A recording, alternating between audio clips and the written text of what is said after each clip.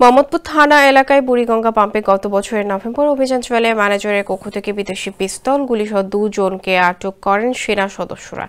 এ ঘটনায় পাম্পের মালিক শামীম ব্যাপারীকে প্রধান আসামি করে থানাকে মামলা করতে বলে সেনাবাহিনী। তবে থানার ভারপ্রাপ্ত কর্মকর্তা ওসি সেনাবাহিনীর এক কর্মকর্তাকে ফোন করে শামীম ব্যাপারীকে আসামি করা যাবে না বলে জানান। এরপর প্রধান আসামিকে বাদ দিয়ে মামলা করেন ওসি। শুধু তাই নয়, হাতে নাতে অস্ত্রসহ আটকদের আনা হয়নি রিমান্ডে। অভিযোগ রয়েছে মামলা থেকে নাম বাদ দিতে শামীম ব্যাপারীর কাছ থেকে অন্তত 40 লাখ টাকা ঘুষ নেয় ওসি। তবে ওই ধরনের ঘটনা একটিই নয়, বরং মোহাম্মদপুরের নিত্যদিনের চিত্র। মোহাম্মদপুর এলাকায় থাকা আবাসিক হোটেল, টাউন হল বাজার, মিনা বাজার, মোহাম্মদপুর বাসস্ট্যান্ড থেকে 3 রাস্তার মোড় পর্যন্ত ফুটপাত ও ব্যবসায়ীদের থেকে দৈনিক এবং মাসিক হিসেবে চাঁদা আদায় করা হয়। এসব চাঁদা বিভিন্ন হাত হয়ে পৌঁছে যায় ওসির পকেটে। জাফর ইকবালের প্রতিবেদনে বিস্তারিত জানাচ্ছেন সঞ্জিত ইসলাম। এখন যে কোনো ব্র্যান্ডের পুরাতন এসি বদলে নতুন ওয়ালটন এসিতে উপভোগ করুন 25% ছাড়।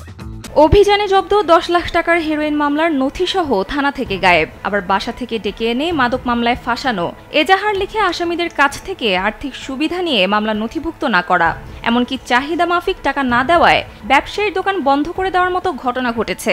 শুধু তাই নয়, অনেক ভুক্তভোগী অভিযোগ জানাতে গিয়ে উল্টো থানার ভেতরেই হয়রানির শিকার হওয়ার ঘটনা রয়েছে।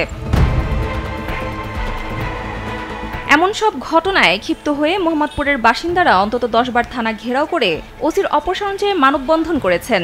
আর এত সব সুনির্দিষ্ট অভিযোগ যার বিরুদ্ধে, সেই মোহাম্মদপুর থানার অফিসার ইনচার্জ আলী ইফতেখার হাসান নিজেকে দাবি করেন ঢাকা মহানগর পুলিশের ডিএমপির সবচেয়ে শ্রেষ্ঠ ও প্রভাবশালী ওসি হিসেবে।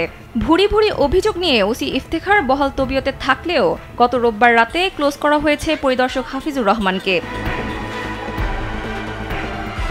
কালবেলার হাতে থাকা একটি সিসিটিভি ফুটেজে দেখা যায় মোহাম্মদপুর থানার পরিদর্শকের নেতৃত্বে SI Mosharraf, SI Maidul, SI Altaf, পরিদর্শকের দেহ রক্ষী সহ বেশ কয়েকজন পুলিশ সদস্য অভিযান চালায় মোহাম্মদপুরের 3 রাস্তার মোড় এলাকায়। সেখানে গিয়ে কাচ্চি খান নামে একটি দোকান বন্ধ করে দেন তারা।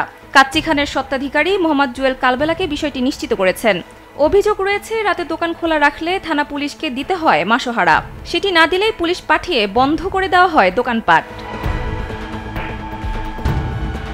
অন্যদিকে বাসা থেকে ডেকে এনে জেনেভা ক্যাম্পের সৈয়দপুরিয়া বাবু নামে একজনকে 100 গ্রাম হেরোইন দিয়ে চালানোর অভিযোগ রয়েছে ওসি ইফতেখার সিন্ডিকেটের বিরুদ্ধে। এসব অভিযোগের বিষয়ে জানতে চাইলে ওসি আলী ইফতেখার হাসান বলেন, আমি একজন ওসির সঙ্গে কথা বলেছি যিনি এখানে 1.5 বছর ছিলেন।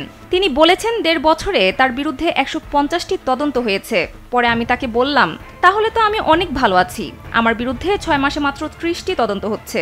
এই জায়গাটাই খারাপ, এটা ওসির সমস্যা নয়। এখানে এসে কোনো ওসি বেশি দিন থাকতে পারেন না। সার্বিক বিষয়ে জানতে চাইলে ডিএমপির মিডিয়া অ্যান্ড পাবলিক রিলেশনস বিভাগের উপকমিশনার ডিসি মোহাম্মদ তালিবুর রহমান বলেন, ওসি ইফতেখারের বিরুদ্ধে যেসব অভিযোগের কথা বলা হয়েছে সেগুলো তদন্তাধীন, আর পরিদর্শককে কেন বদলি করা হয়েছে সেটি জানেন না তিনি। সঞ্জিত ইসলাম, কালবেলা।